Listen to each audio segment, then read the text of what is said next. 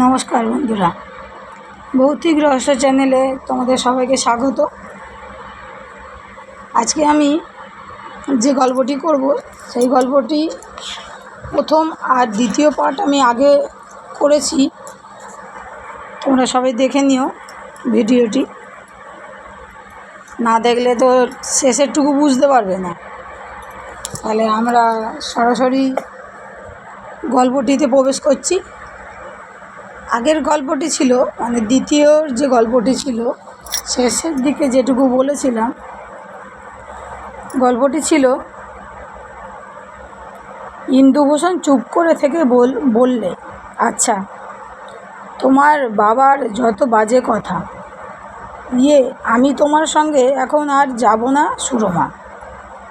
সুরমা তখন বলল, কেন?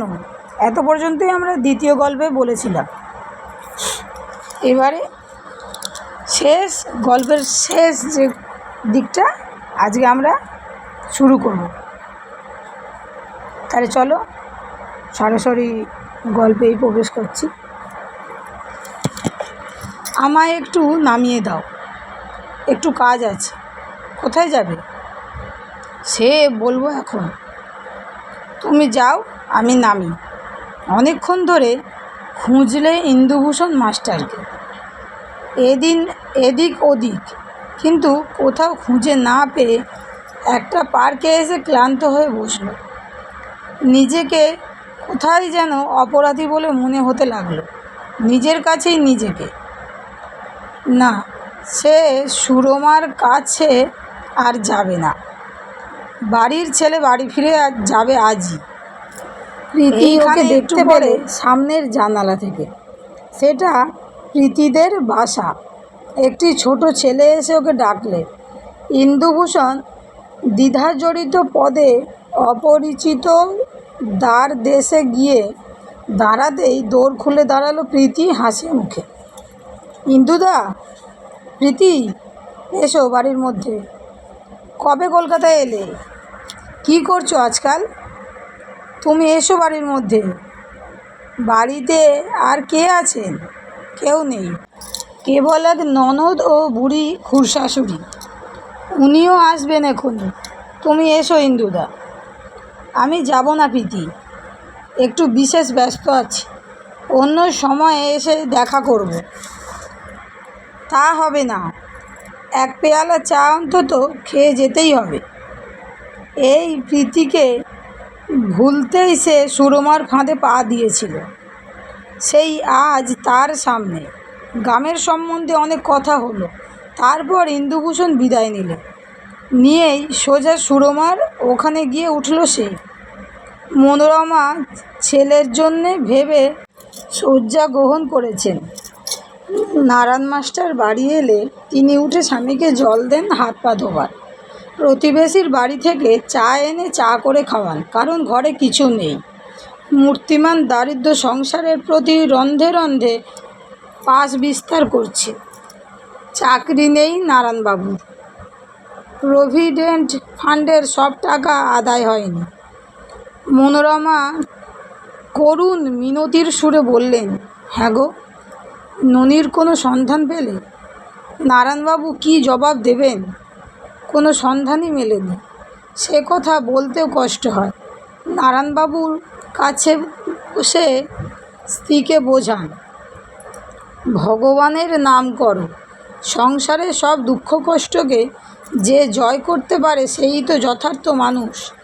সংসার পরীক্ষার স্থল, এই মনে করে চলবে যে আমাদের সত্যকার স্বাধীনতাকে কেউ হরণ করতে পারে না। হাতে পয়সা নেই, স্কুলে প্রভিডেন্ট ফান্ডের টাকা বাকি। স্কুলে যান নারায়ণবাবু। ছেলেরা সবাই ক্লাস থেকে বার হয়ে এসে তাকে অভ্যর্থনা আপন করে উল্লাস প্রদর্শন করে। হেডমাস্টার সদয় ব্যবহার করেন। চেয়ারে বসিয়ে বলেন, আপনি শুনলাম কলকাতায় গিয়েছিলেন। আগে হ্যাঁ। ছেলেটির কোনো সন্ধান পেলেন? না। শুনলাম আপনার স্ত্রী খুব কাতর হয়ে পড়েছেন। আহা, তা হতেই পারেন, কিন্তু কি করবেন বলুন। সবই তার ইচ্ছা। হেডমাস্টারের কথায় মাখন সুরের সঙ্গে দেখা করে। মাখন সুর বৈঠকখানায় বসে আছেন মো সাহেব নিয়ে। নারায়ণবাবুকে তারা বসতেও বলেন না। তিনি গিয়ে নমস্কার করে দাঁড়িয়ে থাকেন। মাখনবাবু বললেন, এই যে আসুন মাস্টারমশাই, ভালো আছেন? আগে হ্যাঁ, একরকম চলে যাচ্ছে। তারপর কি মনে করে? আমার সেই প্রভিডেন্ট ফান্ডের টাকাটা অনেক দিন হয়ে গেল। সংসারে এখন বড় অভাব। টাকাটা আমার দেওয়ার ব্যবস্থা করুন দয়া করে। নিশ্চয়ই, সে টাকা দিতে হবে বই কি। আপনার ওপর স্কুলের লাইব্রেরির ভার ছিল, তার অনেকগুলো বই পাওয়া যাচ্ছে না, সেগুলি আপনি মীমাংসা করে দিয়ে টাকা নিয়ে যান। সে কি কথা? এতদিন তো হেডমাস্টার কিছু বলেননি। আর আমার ওপর লাইব্রেরির চার্জও ছিল না, সে ছিল ক্ষেত্রবাবুর ওপর। আপনি হেডমাস্টারের সার্কুলার দেখবেন। আচ্ছা, এখন যান, আমি বড় ব্যস্ত, আমার হাত খালি। বাড়িতে স্ত্রী অসুস্থ, ছেলেটিকে সন্ধান করতে গিয়ে খরচপত্র হয়ে এমন অবস্থায় দাঁড়িয়েছে। বড্ড উপকার হতো এই সময় টাকাটা পেলে। সবই বুঝলাম, কিন্তু আমিও তো বেনিয়মে হিসেবে টাকা দিতে পারি না। আমার এখন সময় নেই, এখন যান আপনি। বাড়ি ফিরে এলেন নারায়ণ মাস্টার। মনোরমার শরীর খারাপ, তার জন্য কিছু ফল নিয়ে আসতে পারলেন না। এক দোকানে জোড়া সন্দেশ বিক্রি হচ্ছে, 4 আনা জোড়া। মনোরমা এসব খেতে পান না, গরিবের ঘরের স্ত্রী। বড় ইচ্ছে হলো ওই জোড়া সন্দেশ একখানা নেবেন, কিন্তু পয়সা না কুলোনোতে শুধু হাতে চলে আসেন। মনোরমা আগে আগে এসে আগ্রহপূর্ণভাবে বাজারের থলি খুলে দেখতেন, জিজ্ঞেস করতেন, কি আনলে দেখি। আজ তিনি নিরুৎসাহ, মনোরমা উদাস। নারায়ণবাবু দেখে ব্যথিত হয়ে ওঠেন। বাইরের ছেলেরা এসে ঠিক ডাকে প্রতিদিনের মতো। এখন আবার অন্য ছেলেদের নক্ষত্র বোঝান। ভাবেন, ইন্দুভূষণের গাড়ির চাকায় সেদিন কাদা ছিটকে লাগার দৃশ্য, সঙ্গে অভিনেত্রী শ্রেণীর একটি মেয়ে। দুঃখ হয় তার। সুরমাকে নক্ষত্র চেনাচ্ছে ইন্দুভূষণ। ছাদের ওপর অন্ধকার, তারা ভরা আকাশ। সুরমা বললে, এইসব শিখে কি হবে? তার চেয়ে চলো। জানো, আমার এক মাস্টারমশাই ছিলেন, তিনি আমার ছেলেবেলায় আমায় এসব চিনিয়েছিলেন।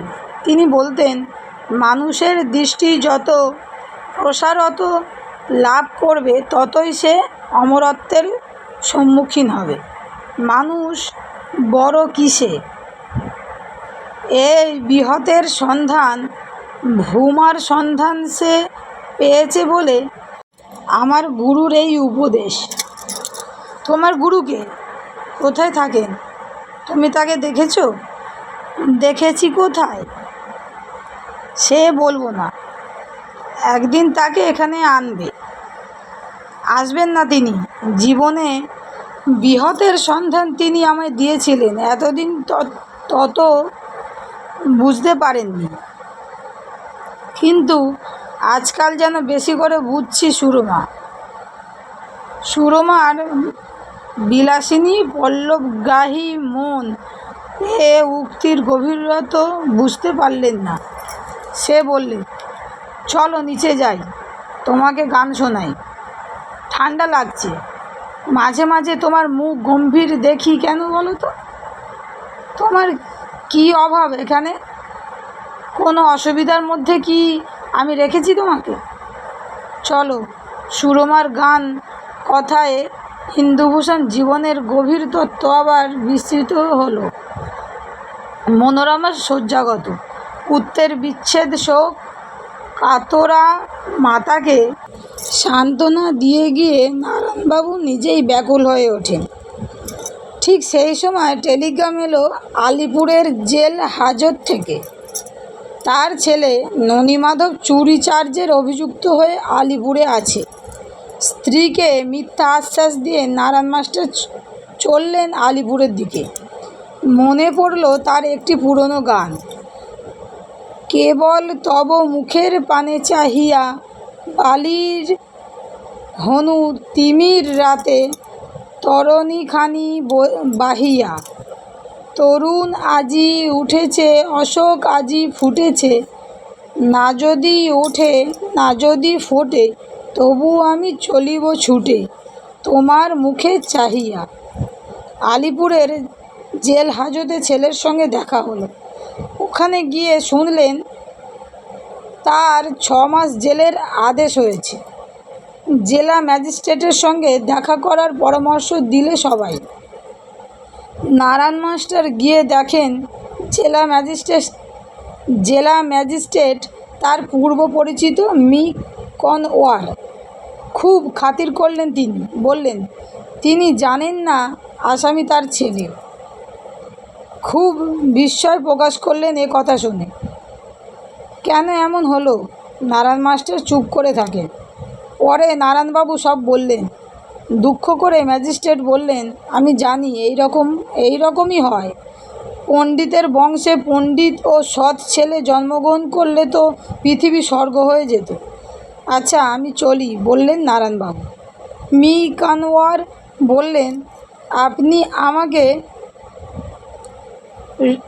রাউরাল বেঙ্গল চিনিয়েছিলেন, প্রকৃত বাংলাদেশ কি তা আমাকে চিনিয়েছিলেন আপনি। আমি কৃতজ্ঞ আপনার কাছে।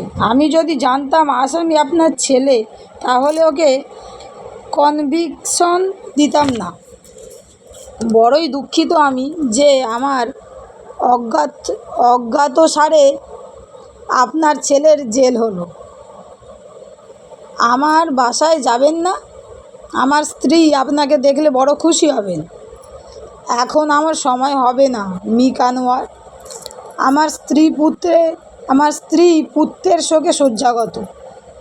একা ফেলে রেখে এসেছি, আমায় আজই ফিরতে হবে। Really I am so sorry. আপনার মতো ভালো লোকের সংসারে কষ্ট ভোগ করে কেন বলতে পারেন? আপনি তো একজন দার্শনিক কর্মফল।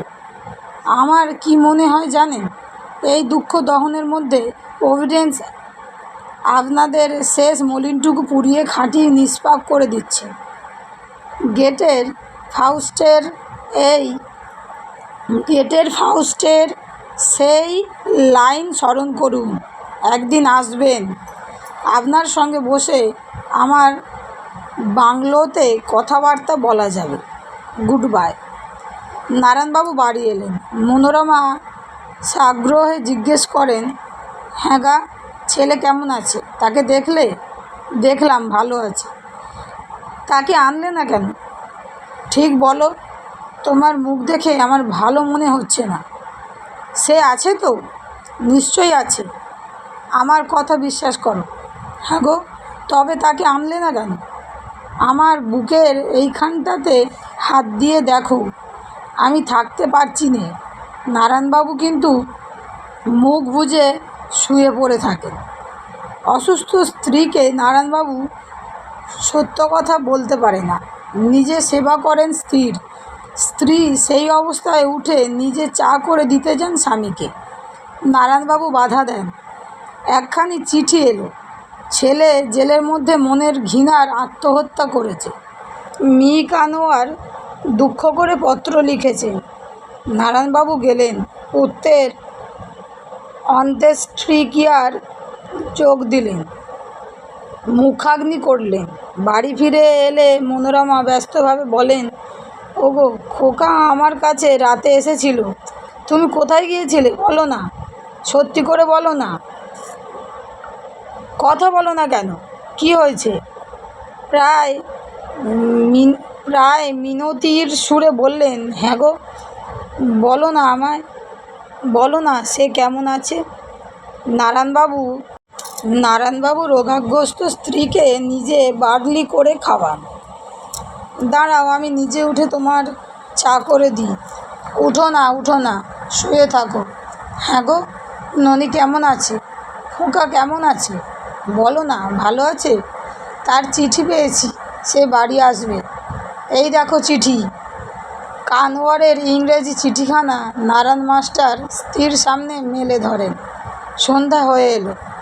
বাইরে থেকে ছেলেরা এসে হাঁক দেয়। স্যার বাড়ি আছেন? নারায়ণবাবু স্ত্রীকে শুইয়ে দিয়ে ছেলে পড়াতে যান বাইরে।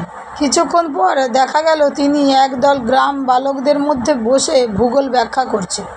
পৃথিবীর 1 ভাগ স্থল, 3 ভাগ জল। বন্ধুরা, গল্পটা এখানেই শেষ হলো। গল্পটি এটি লাস্ট পার্ট ছিল, মানে এটিই শেষ ছিল। তাহলে পরের গল্পে নতুন আর এক গল্প নিয়ে তোমাদের সামনে আমি আসব। আজকের মতন আমি এখানেই শেষ করছি। আর যাওয়ার আগে তোমাদের সঙ্গে আরেকটা কথা, গল্পটি কেমন লেগেছে আমাকে অবশ্যই কমেন্টে জানিও। ভুল ত্রুটি অনেক আছে বুঝতে পারছি, কিন্তু ভুল ত্রুটি কোথায় কোথায় আমার ভুল হয়েছে সেগুলি অবশ্যই কমেন্টে জানিও। কোনো উচ্চারণের ভুল থাকলে সেটিও আমাকে জানিও। আর গল্পটি বন্ধুদের সঙ্গে শেয়ার করে দিও। আমার এই ভৌতিক চ্যানেলটিকে সাবস্ক্রাইব করে লাইক করে আমার পাশে থেকো। তাহলে বন্ধুরা, আজকের মতো বিদায়।